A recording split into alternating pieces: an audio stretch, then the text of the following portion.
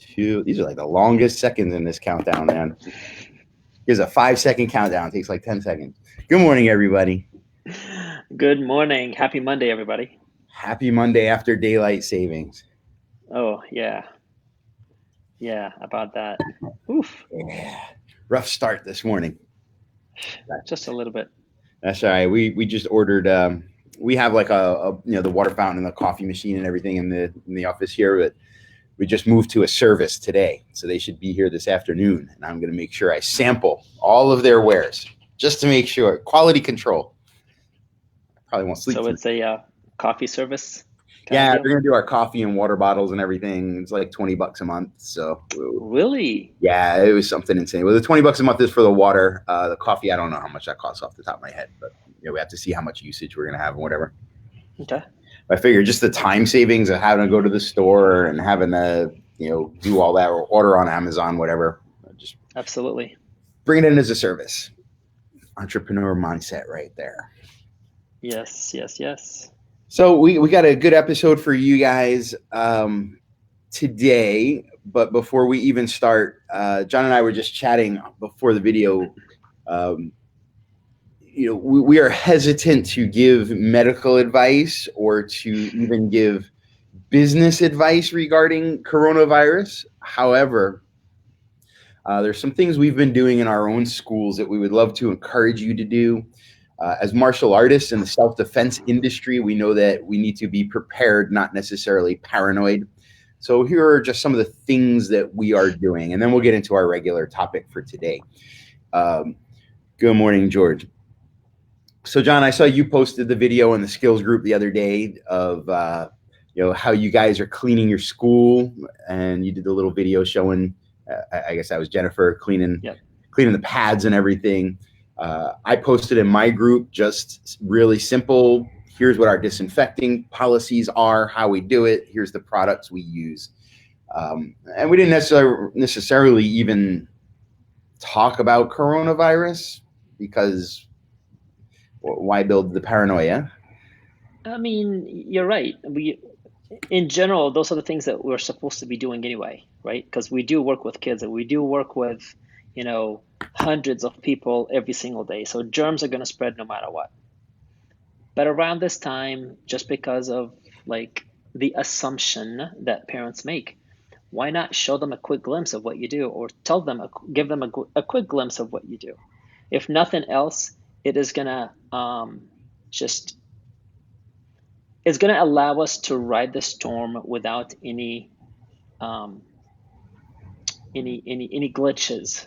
You know what I mean? Because parents are quick to make decisions, and we don't want them to make those irrational decisions. And I'm not saying irrational as in like I'm not taking this seriously. Guys, how many viruses have we had in the last 10 to 20 years? You know what I mean? And the media makes a big deal of it, and I get it. Yes, they wanna warn us, but at the same time, let's do our due diligence to make sure that our parents, our families, everybody is comfortable walking in our studio like if they're walking in their own house. So I look at it this way.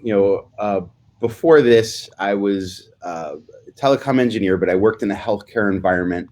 I am also a licensed massage therapist, so I've often worked in clinical environments. One thing that we always did was something called universal precautions. Mm-hmm. It saves a lot of trouble instead of the hype around, and I'm not trying to diminish the impact of any particular disease, including coronavirus. But in order to first of all, keep things equal and equitable when you speak to people or about people, we don't just talk about, oh, the guy with HIV, make sure you wear gloves, or the guy that has tuberculosis, make sure that you wear a mask. You treat everybody as if they have every disease, and you'll be covered both for communicating everything that you have or taking precautions for keeping yourself safe. So when we look at our martial arts school, we should be doing the same thing. I hope that before coronavirus became a thing, you guys were disinfecting at least daily. I see in some of the groups where guys, you're saying, oh, well, we disinfect once a month, and then we mop once a week, and then we just run the broom around. And but you are begging for people to get sick, for them to get all sorts of creepy, crawly crud. Guys, disinfecting at least once a day. Your mats, your pads, your seating, your bathrooms, including the little flushy thing, the doorknobs, the light switches, anything anybody can touch. And when I say disinfect, I'm not going to get into the debate about alternative medicines and alternative, healing things. Look, use your essential oils all you want, but when it comes to your people's health, don't walk around your school with a bundle of burning sage and say you're disinfecting. Yes. Now, sage has been shown to have disinfecting properties. Fantastic. I use a hospital grade cleaner that says very specifically right on it that it kills coronavirus. So I don't have to do any guesswork. But guys, really, and I know we all have wide array of beliefs on these things. Don't take chances on your business and on people's health. Do what you want in your own home. But in your business, make sure that you put aside the thieves oil.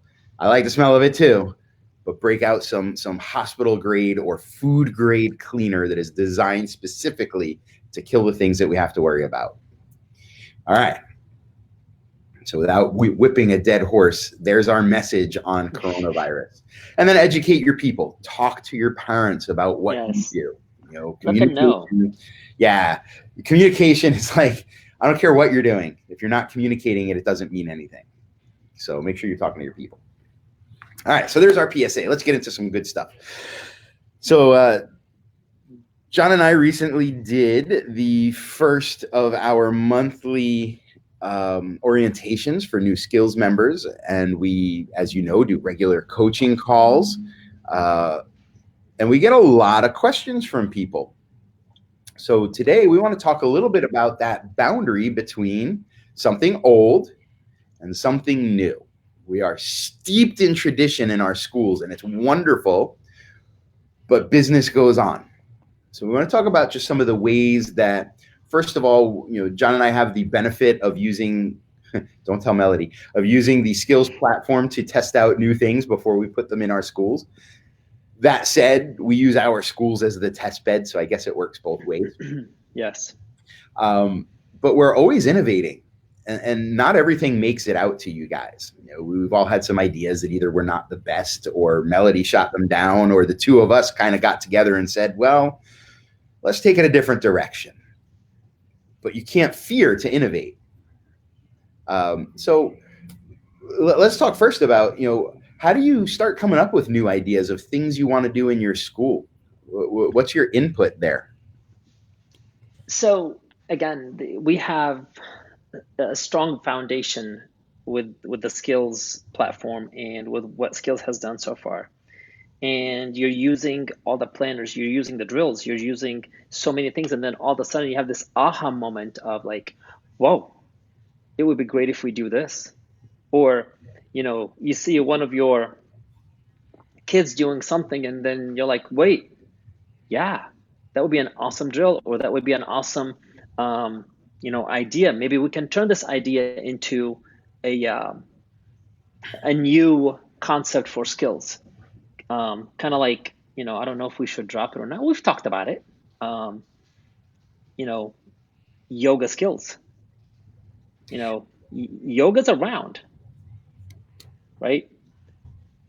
But yoga Skillz is designed to complement the martial art world, not just like regular yoga. Because people call us and they're like, well, do you do this yoga? Do you do that yoga? Nope, we're functional yoga. We're not just regular yoga, we're functional yoga. The yoga Skillz is designed to complement the martial arts training, period. And that's a great example. We've had yoga instructors in our school before. We've had the new age, for lack of a better term, the new age hippie yoga. And we've had the very traditional spiritual yoga in our school. And it's interesting to see, they, I think, go through the same discussions that we do, in that the more traditional ones tend to look at those of us doing something new as, well, how dare you take out the spiritual aspect? How dare you ever change anything? How dare you even teach it in English? You don't even know what namaste really means. It's just a way of saying hello. Whereas the new age one is all, a different sort of spiritual. So you see these discussions going on, not just in our industry. However, yoga has found ways to continually innovate. We had hot yoga came out, and now there are Goat yoga. yeah, goat yoga. There's one that an acquaintance of mine does. She goes out in the bay with a bunch of the stand up paddle boards, and they do yoga out on the paddle boards. Yep. Which to me, I have problems being that balanced on ground. I don't know how they're doing less on a boat or a paddle. And nobody debates outside of their own internal dialogues within their industry. Nobody debates that these things are viable. So, that's a lesson that we can take in our industry as well. Yep. And, at the same time, when you're creating something like that, or when you come up with an idea, it's not something that just happens overnight.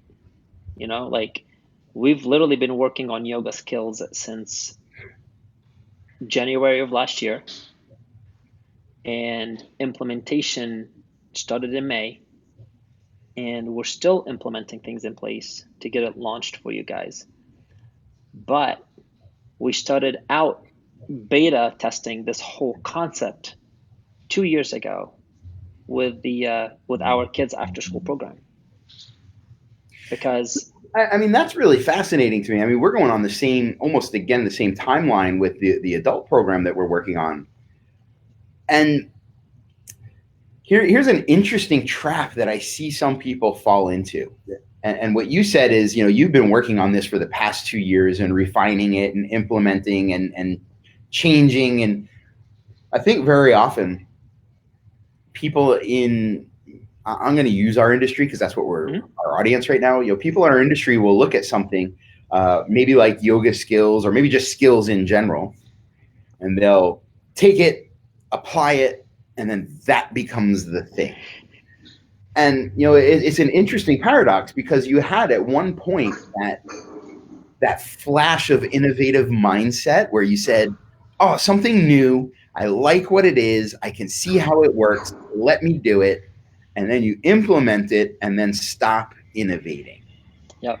Even when you put something new in place, you always need to be revisiting it. I made a post a couple days ago about, if you're still using the same business practices, yeah, I saw that on your training floor or in your business from 2 years ago, it's time to reassess them. Not necessarily change them because they may still be perfect, but you should always be looking, what can I do better? And I think that's where innovation should come from. What can we do better? Not just, hey, what's the new thing? Or, I need a fix for something, but what can we do better? So let's say we come up, we get this flash of innovation. Maybe we came up with a program ourselves that we want to design and implement, or maybe we bought into something like Skillz, whatever it is. There's a lot of internal searching for us that goes on until we're ready.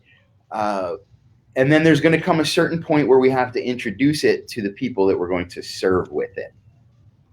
So thinking first about us solidifying, I think, our knowledge of a thing and planning for implementation, what are some steps that we would recommend and that we do recommend to new Skillz owners even, that they take before they ever even tell anybody about something? So like, what's our lead up from the idea? Now what's our lead up to telling everybody we're going to do this great new thing? My first thing has always been take it, know it, understand it, break it down, dissect it.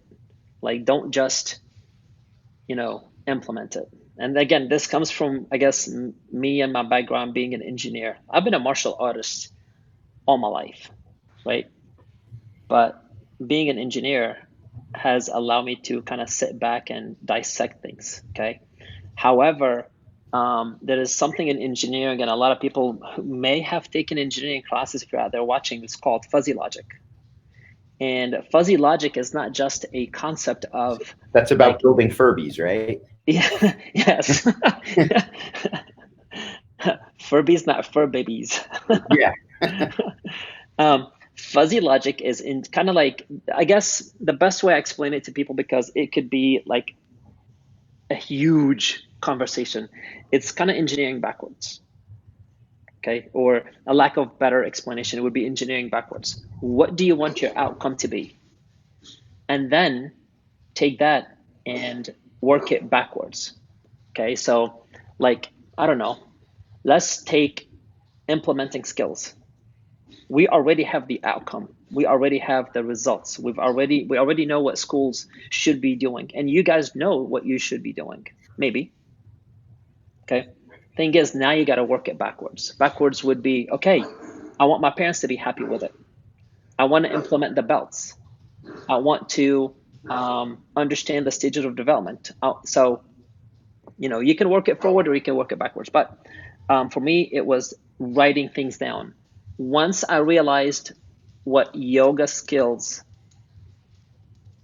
could do, we worked it backwards. And we had the conversations with Anna multiple times and again and again and again, but we worked it backwards. We didn't start with the adults yoga skills. No, we started with the kids. So, because kids are adaptable, adults are not. And if you disagree with me on that one, please, let's talk. Okay. Yeah, that's why I like teaching kids martial arts, because adults already have their platforms and their baggage and whatever. Yeah. It's like, I include myself in that statement. Yeah. I mean, I was there before. I'm not anymore, but I was there before. Right now, Jennifer and I, we look forward to changes. But again, before we change it, we talk about it, we dissect it, we try to find ways to do it. So yeah, we started out backwards. We started out with kids, and then we went from kids to teens, and then we went from teens to adults. So the modification happened gradually, because we kind of had this foreshadow of what's going to happen when we get to the adults. And a lot of the adults right now go, yoga? Ew, I don't want to do yoga. See, here's the thing. It is not your typical yoga. It's not your typical program. I think even if it was, people have a certain preconception. We went through a similar thing, and Heidi loves yoga.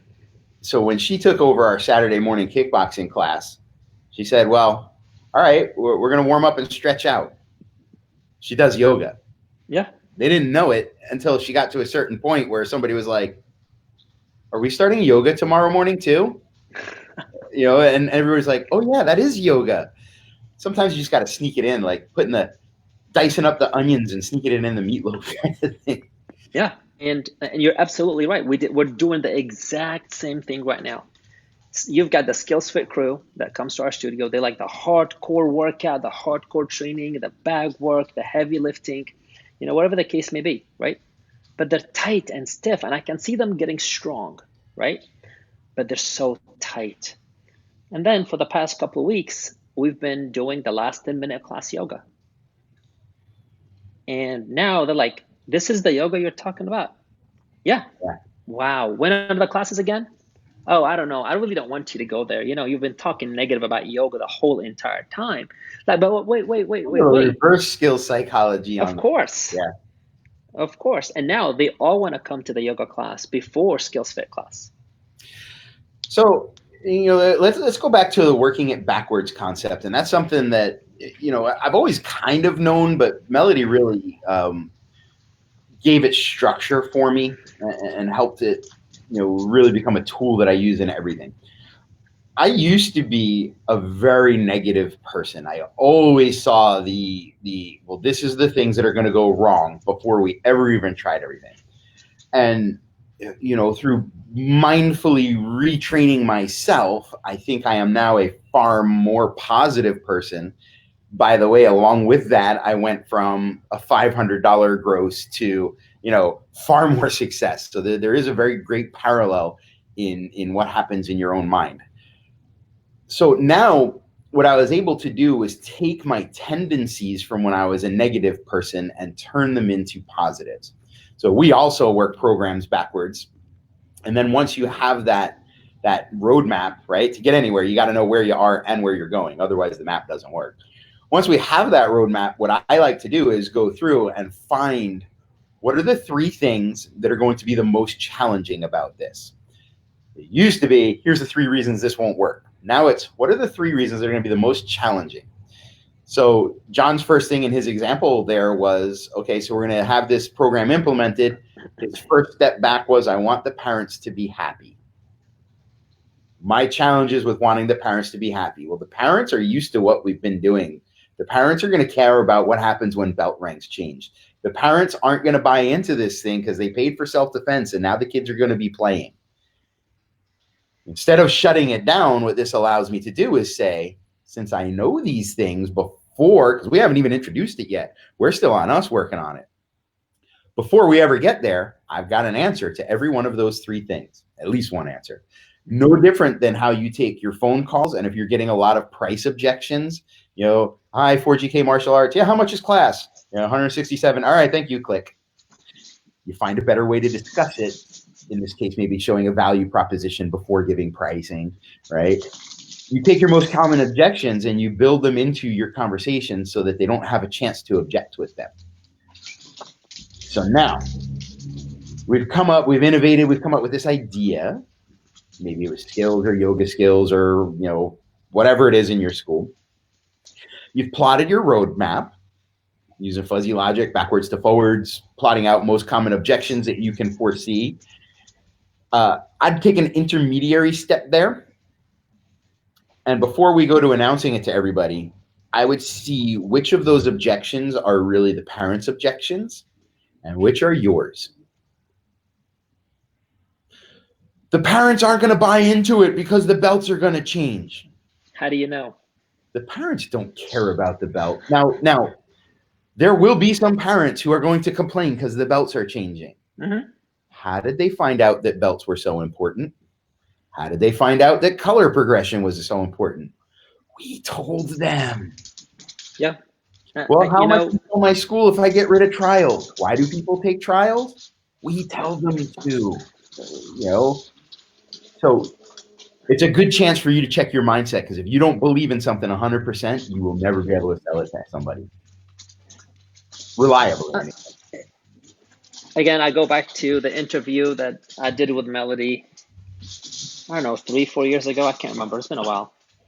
And, she was like, well, I'm sure the parents, I'm sure this, I'm sure that. I was like, nope, didn't happen. Didn't happen with us. Didn't happen with us. And she was like, how is it that it didn't happen with you guys? It's because, again, we sat down, we broke it down, we made sure that we let the parents know. We didn't just go and change the belting system. We didn't just go and say, hey, this testing, which is this coming week, right after that test, we're going to go to a new belt system. What are you doing? Why are you shooting yourself in the foot like that? Like, what's the rush? I know you're excited about Skillz, and I know you want to implement things, but at the same time, spend, maybe a testing cycle before you change the belting system, explaining to the parents what's going to happen. You're not losing. You're not going backwards. You're still going forwards. But what we're doing is we're identifying every single age group with a certain set of colors or a certain set of belting structure, right? Letting them know and explaining to them 100% about Skillz, right? What skills? Why Skillz? What's the value behind Skillz? When you show them the value, you can literally come to a point and say, oh, by the way, we're closing tomorrow. They're all going to be okay with it. So here's an interesting one. We all know we have the antelopes in our school. We've talked about antelopes before. There are also a few people that are maybe mid-sized, scrawny rabbits in your school. They're not quite field mice, but they're not quite antelopes. They could be antelopes. Maybe they're jackalopes. They're kind of in the middle there, and they're not 100% bought into everything, but they're like 90% bought into everything. Yep. Here's how you leverage them. Now, I do this with Heidi, but if you guys don't have that, partner in your business or a partner in your life that you can bounce that idea off of, you're going to use these, we'll call them the jackalopes. Explain it to them first. And here's why. If they give you pushback, right? This is why you don't want your antelopes, because you want somebody that's going to give you pushback, but still be okay with you. If they give you pushback, that means that you are not explaining it well enough. It does not mean that they are not willing to accept it. It just means that you have not explained it well enough, maybe because you don't understand it well enough yourself. We've talked in the past about how when we changed our pricing structure a little bit, I had tried for about a year to talk Heidi into it, and she just always said no. Until one day, Carrie actually helped me refine how I described it. And I described it that way to Heidi because I had a new understanding of it. I said, oh, okay. And I went to Heidi and I said, what do you think about this idea? And I gave her the same exact idea I'd been pitching, but I understood it better. And I was able to just explain it one step right after the other. And she said, well, why haven't we been doing this all along? Like, So you need somebody in your life that is willing to say no to you only because you haven't explained it well enough. So if you're getting pushback on, for example, the belts, or moving to game-based learning, or doing yoga that's not really yoga, it's yoga designed for martial artists. You're getting pushback on these things. You might not understand it well enough yourself. I know with me, I'm a pretty smart guy. Not to toot my own horn, but I know I'm a pretty smart guy. It took me probably 2 or 3 cycles of Skillz to feel really comfortable running the program. It took me about, let's see, I've been following Melody for close to 15 years. I've been working for the company for about 3 years or something like that. I still need correction, and I still have things that I need to do better. So immediate massive action is cool, but make sure you have in-depth understanding of things. What's that Einstein thing? Like, if you can't explain it to a 5-year-old or whatever, you don't understand it well enough. That's our concept here. Yep. The one thing that I tell everybody when I'm coaching them is we're all black belt in the art that we know. So Kim has a good comment here. Do you have any tips on convincing other instructors that yoga or stretching is beneficial? So far, many of them just dismiss it, even when I show them how beneficial it has been to me. So if you are the boss, you convince them by saying, here's what we're doing in class from now on. It's that simple, maybe not easy. However, we are also a science-based institution. So you saying it is one thing. Having us say it to them is going to be a reinforcement. And then having them say it to you is going to be even more powerful. Assign them the task of researching it for themselves and making a presentation about it during a team meeting or something. When they get outside of their own head and their own funk, we spend a lot of time being experts. We spend a lot of time being king in our own castle of the martial arts school. Get them out of it. Get them out there to do some research about stretching, and even our scientific knowledge of stretching has changed vastly in the past 10 years. So it might be time for them to refresh anyway. And Kim, proof is in the pudding. That was going to be my next. If you've been stretching and you've been doing yoga to complement your martial arts training, show them pictures of what you were like prior to yoga and where you are today. Has your skills gotten better? Has your techniques gotten better? Has your flexibility gotten better? Those are the things that you want to present to them. And, yes, I get it. Some of the instructors are flexible by nature, but are your instructors flexible enough to say yoga doesn't work? I'll go one farther. I don't care if all of the instructors have, Chloe Bruce flexibility. Mm-hmm. They don't matter. All that matters are your members. Are you able to duplicate those results in your members safely? There are a lot of martial artists that I know, because now I'm starting to become of an age, oh, my hips don't work like they used to. I've got no cartilage. I've torn muscles and ligaments. I don't know so many people in yoga that make those same complaints who are in their 80s or 90s. So it's a Very good. safety and a duplication process as well, looking at your customer base. Plus, if your customers love it, who cares what the instructors say? Yeah. And we're speaking generally because we don't know much about your school or your position in it or whatever. If you want to chat offline about that, we certainly can too. So let's go to that. Let's go to, now we've had this idea. We've worked it backwards. We've settled our objections. We've got over our own mindset. We've tested it, right? John said he beta tested. Hold on, my fingers backwards. There we go. John said he beta tested Yoga Skillz for like 2 years. We beta tested our adult program for about 2 years. Now it's time to start introducing this to people. And yes, the first line that we have to convince and introduce is our team. Because if I can sell the snot out of something, but my team is not bought into it, that's going to trickle down to the membership. Absolutely. So for me, it's easy because I am the boss. Hey guys, this is what we're doing in class. And, as much as I agree with you on that, you can tell your team what to do, or you can persuade your team what to do. So we have taken having them bought in is important. Yes, it's important. We have taken Yoga Skillz, and now Courtney does yoga, and she's been doing yoga religiously since May, and she's kind of like fallen in love with it. So at the beginning of this year, now again, we've been doing yoga full time for kids and adults since May. So around the beginning of this year, Anna was like, okay, let's test drive it internal. So Courtney, since you're super interested in yoga and you really like it, we're going to have you teach 1 day a week. And they get together and Anna shows Courtney what she needs to do, and Courtney does it.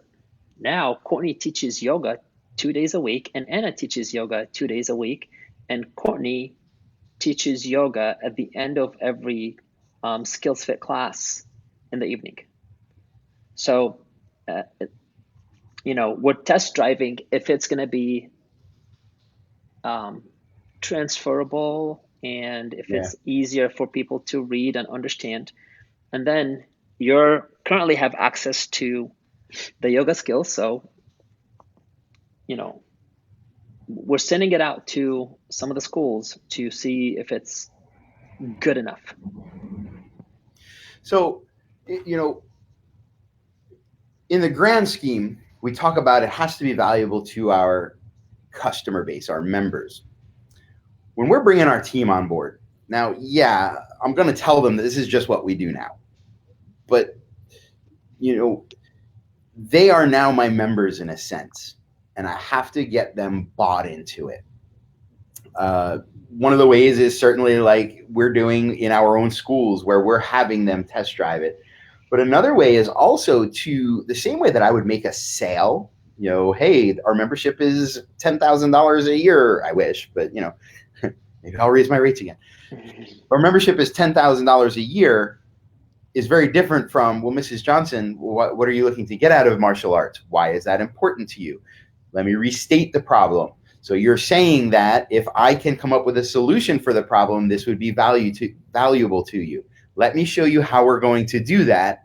Here's how you get started. Our contract is $10,000 a year. Those are two different, very different conversations. I can come into my school and be a tyrant tomorrow and say, guys, this is what we're doing from now on. I don't want to hear any guff about it. Or, hey guys, this is what we're doing from now on. Let me show you how it's going to solve your problems. So you're saying that when we're in class, you want to teach head kicks, but our general student population, maybe they're a little, older, 45, they sit at a desk all day. They don't have that flexibility. So what you're really saying is you'd like to more easily teach the cool stuff without being limited by the student's physical abilities. Would it be valuable to you if I could show you how to introduce something in class that would help with that? Yes, it would. Great. Let me show you how I'm going to do that. We have this new program called Yoga Skillz. It's yoga, but it's designed for the body and motions of martial artists. We're going to be doing this for the last 10 minutes of every class. Two very different conversations. I spoke to the pain points of my instructor, my made up instructor, whatever it is. Same thing with Skillz as a whole. So you're saying that you're losing a lot of 7-year-olds, a lot of 12-year-olds, the kids in the middle are bored, your retention is horrible. If I could show you a way to improve all of those things, would that be valuable to you? Let me show you how Skillz does it. It's a $400 a month membership. You have to kind of lead them through the emotional process of stirring the pain, giving them hope, and then providing them the solution and showing them the path forward to the solution. It's no different than any other moment of influence in our lives, bringing them on board. And I think because we're always look at ourselves as black belts in our art, we feel like we should be black belts in everything. As much as I agree with that, I need you to take the time to be a white belt all over again. Put yourself in the parent's shoes. Put yourself in the student's shoes as a beginner or as somebody who's at your studio, right? When you go to them and you tell them, oh, by the way, this coming testing cycle, we're changing the belts. Nobody's going to take that lightly. Nobody's going to say, oh, yeah, great. We trust you 100%. Like, if you didn't take the time to, tell them why it's important, tell them the benefits behind it, tell them how it's going to make them better, tell them, the benefits of the changes, I guess, then they're not going to agree with you.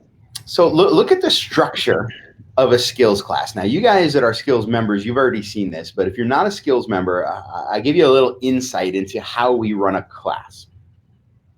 So when you first come into a class, the first thing that happens is we take a couple minutes to build connection with our students. We're using their name, high fives, physical contact, all the tools that we have at our disposal to make physical contact. Then we warm up, not just our bodies, but we warm up our brains. Then we make intellectual connection. Then we demonstrate physically what we were talking about intellectually. Then we allow you to experiment and integrate with that idea as we go through testing material. Then we let you try it on your own without really telling you that you're trying it as you play a game. There's all these things in here, and stretching in the middle also allows us to kind of have some downtime to digest all that. So imagine a process where you're bringing, and I'm going to use just Skillz in general as the venue here. So you want to bring Skillz into your school. It could be anything, though. If I follow that same format, first, I want to make sure I'm making connection with my members. Don't be aloof, hiding in your office, only posting informational posts about today you are required to do this. Make relationships. Once you have relationships, it's going to be very easy to warm people up to an idea. Now, when we first started Skillz, all I did was pick the drill or two, and I ran it right in the middle of my class. I didn't tell anybody anything. I just said, all right, everybody grab this. This is what we're doing. Let's run it. Then we start to make those intellectual connections. I built it up and I went from 1 drill to 2 drills. Then I ran an entire Skillz format class. Never told anybody anything, by the way. Just did it. Now you make the intellectual connection. Did you guys see that class we just taught out there? Let me get some feedback. What did you guys think about that? Oh, we loved it. The kids were so happy. They loved so much. They've been talking about it for days. Intellectual connections. Now I let them work through the idea. So this is actually this concept called Skillz, and we're going to be doing a lot of stuff like this moving forward. You guys on board with that? And then, yeah, that seems pretty cool. We're not really sure, right? Because it's only a drill. We're not really sure, but we think so. We like it. And then we bring them to working through the details, the testing portion of class, where we show them this is what a front kick is, or this is what a skills class looks like. These are the reasons we're doing it. This is how the belt is going to change. We're not doing it yet, but we're gonna. Then we let them play with the idea, maybe using something like parent skills so they could play with it at home. Finally, after they've had all of that experience, when you call a parents' meeting to highlight something beautiful and new you're bringing into your school, they'll already know what you're talking about. You're just going to put specific terms and ideas and timelines to it. They were already bought in before you ever tried to sell them. By the way, this is why we do education-based marketing. It's a longer process, but I think it gets it's my opinion, I think it gets a better quality of lead. And Oh, this, absolutely. it'll take a little bit of pressure off of you to really take the time and lead them through a process like that. And you know, Kim, that might help too. That sort of process where you lead them through step by step by step, sneaking the onions into the meatloaf until all of a sudden you're like, by the way, did you know that you just had 7 servings of onions and you didn't even know it? We're going to have onions in class every day. Ooh. Yeah, don't eat onions and garlic before you come to martial arts class, by the way. We recently had a pretty bad experience with that. Really healthy for you, but not so much for your friends. Yes, I agree with you on that. So when you introduced Skillz, you know, we've been Skillz members for about the same time. When you introduced Skillz, how did you actually do the, you know, the rollout itself when it was finally time and maybe you kind of told everybody about it? How did you do the actual rollout? All right. The first thing that we launched was Early Skills. Jennifer and I had the Early Skills concept a long time ago, but we decided to, you know, put it down, not do it because it wasn't as popular or we didn't know what to do. And we just felt like, you know, oh, it's crazy. When we came on board with Skillz, we went straight to gold. We didn't even mess around with. Yeah, we didn't have many options back then either, though. No, we didn't. No, silver was around when. Yeah, silver was just launched. Okay, so we started with Early Skills, and as we were doing Early Skills and we felt comfortable with it, you know, again, we're beta testing it, so we're going to test it with the ones who don't know any better, right? We're going to test it with a group who are just walked in the door, and what they see is what we provide, not a group that's been with us for a while. Yeah, there's no preconceived notions or. Exactly. Step 2 was the basic skills. And just exactly what you said, we already had our own curriculum in place. So instead of doing our drills, right? And guys see this right here, our drills, we brought in the skills drills. And we brought in a couple of drills that was regarding punching or kicking, and it was literally out of the Early Skills Planner. Okay, just because it's something that we were comfortable with because we've been teaching it for a while. And then we started going into the basic skills planner. By then, and that was around a 6 months window. Okay, we started So teaching. wait, day one, you didn't just cram it all in there? God, no. I mean, I'm not, like I said, yes, I'm a black belt, but I have to start all over and be a white belt, then an orange belt, then a yellow belt in everything that we do. Otherwise, you're going to be that McDojo black belt that doesn't know what you're doing, right? And it was an ongoing process. We implemented Early Skills 100%. We implemented basic skills 100%. And then we went into core skills. But back then too, when you and I started, we didn't have the constant coaching. We didn't have people that can expedite things for us. You know what I mean? Like we literally had to do it on our own because there weren't that many schools around. Yeah. So it was a step-by-step process. And then it took us approximately 2 full years before we were 100% skills. Yeah, we had about the same process. We also started with early. And we did it by taking all our 3 and 4 year olds and moving them earlier in the day so that they could have their own class. And then we took all the 5 and 6 year olds and moved them back a little bit so they could have basic skills. And then we just split up core and extreme. We didn't have an elite right off the bat. But we set it in motion so that we were always planned for it. But one other thing that we like to do is anytime we introduce a new program, and the only thing that we did differently with this is we didn't do this for Spectrum Skillz, and you'll see why. We do a kickoff extravaganza party where anytime we introduce a new program, and we did this with early skills, basic skills, we had a belly dance class for a while, no matter what it was. It was a 1 hour session, kind of like an open house, where we were meeting and greeting, answering questions, running a class. We would do themed snacks. So like when we do the belly dance thing, we had a bunch of hummus and whatever else around. When we did early skills, we had a bunch of snacks that kids would like, but that are healthy. And it became an opportunity for us to do a targeted open house experience, but it was a party. We had music, we had dancing, we had open mat after the class so the kids could just play and interact with everything. While the kids were playing, we were now answering the parents' questions based on what they had just experienced.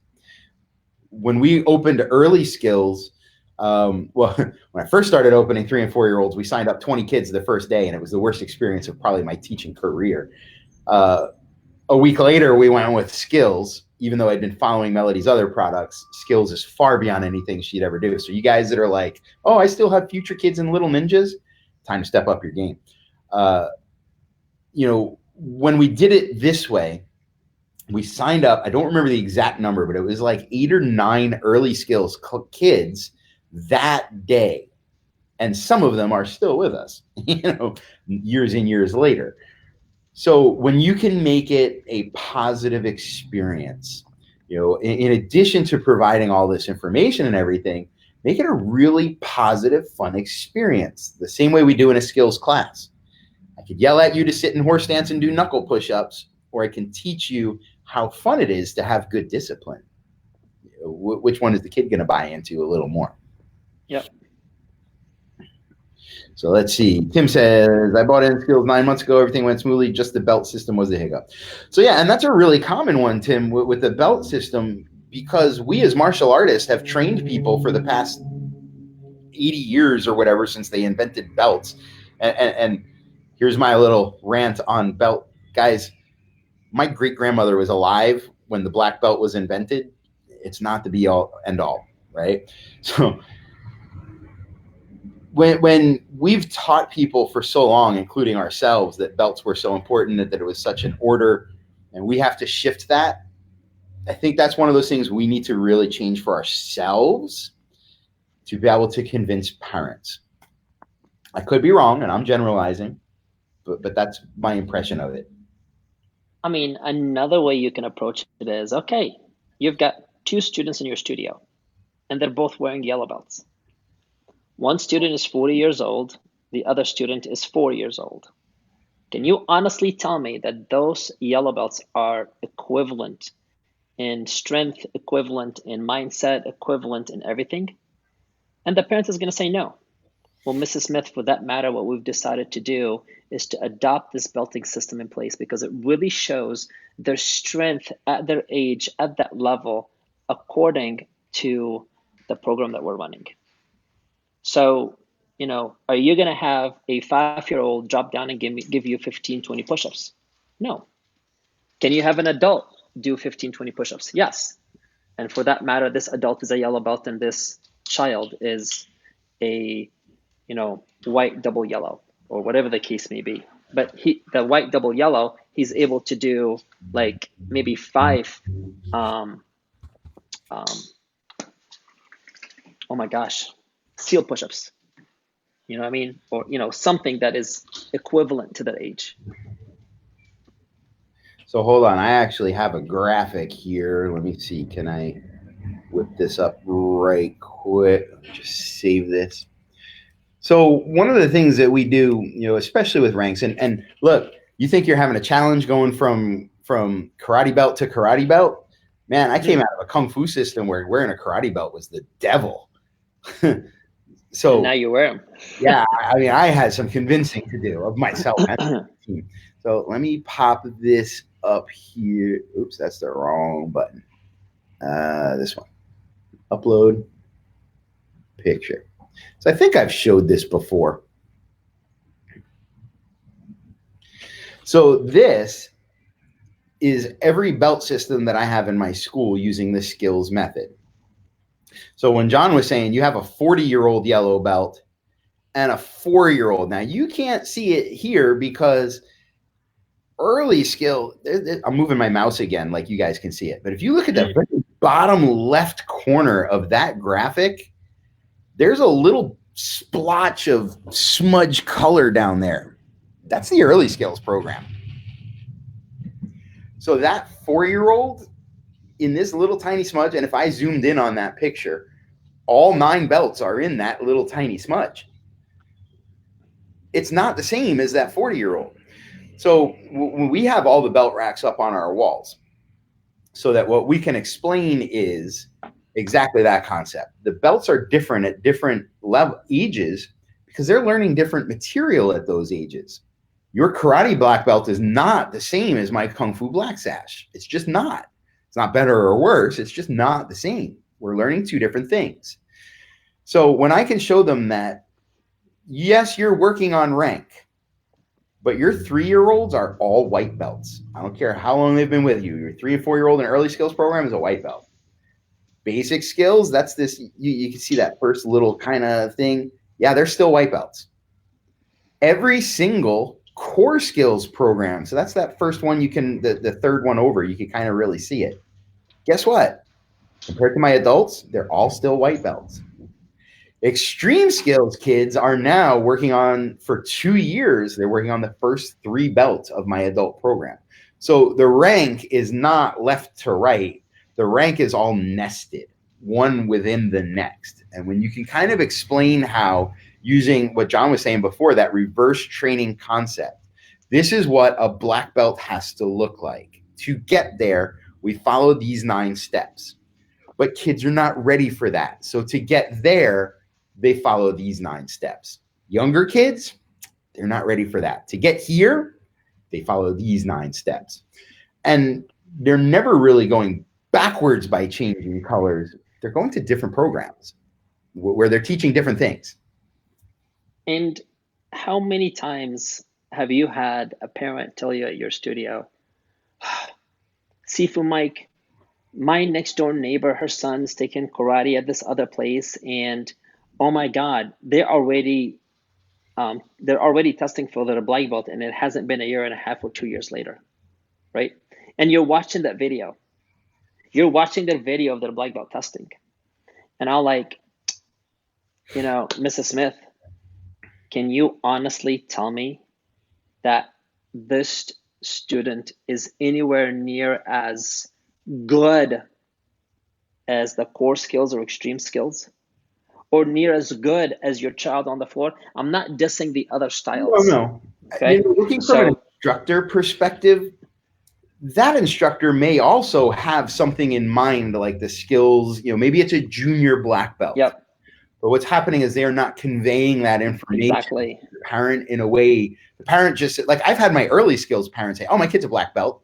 Mm-hmm. No, they are a white belt with a black stripe in the early skills program. There's a lot of education that has to go there.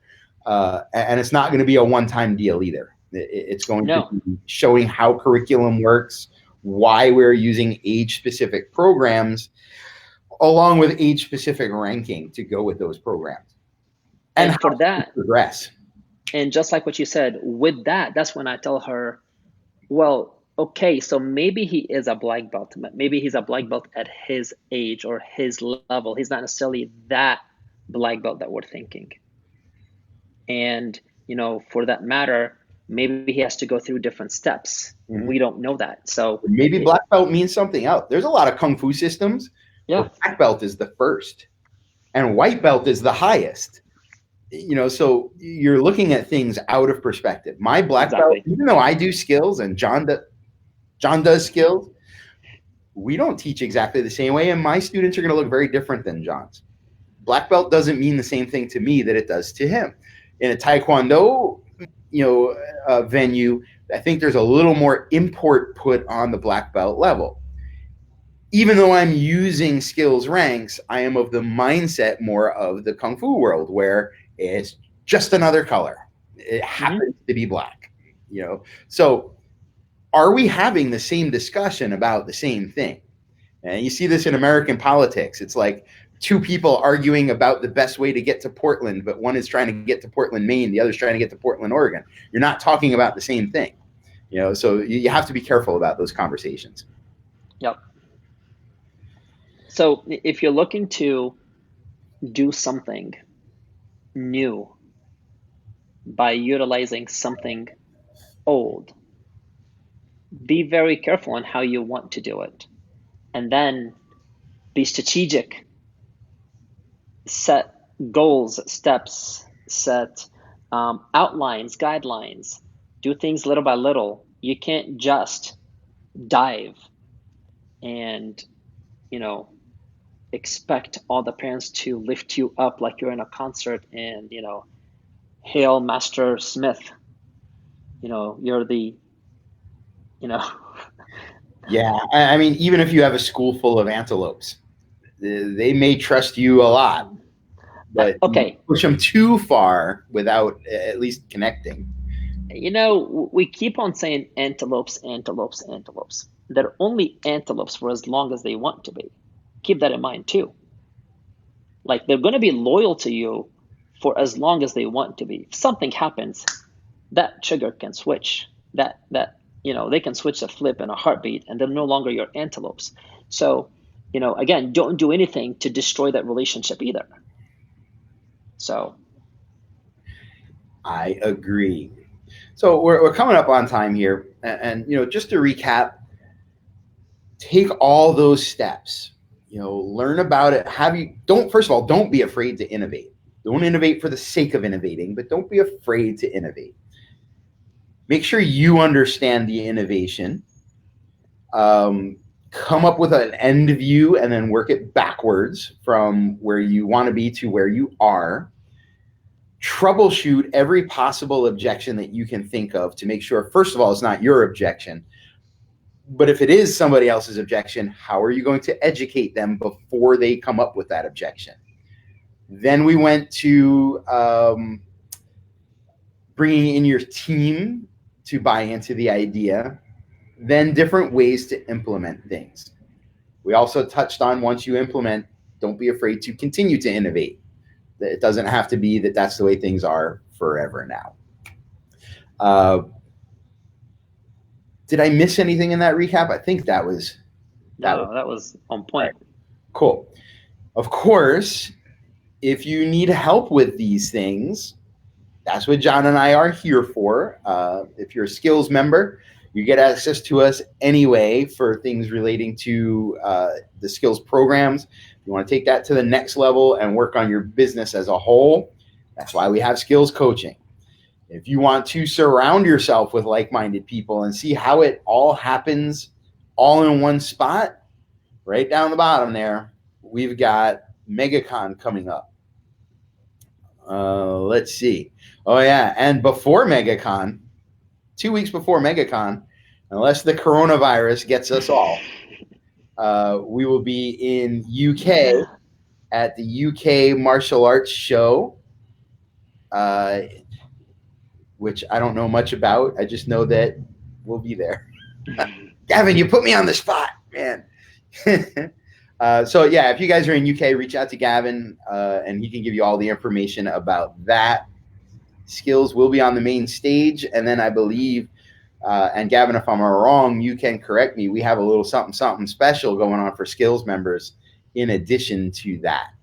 But definitely reach out. There are ways to make this happen fairly painlessly, whether it's 2nd and 3rd May in Doncaster.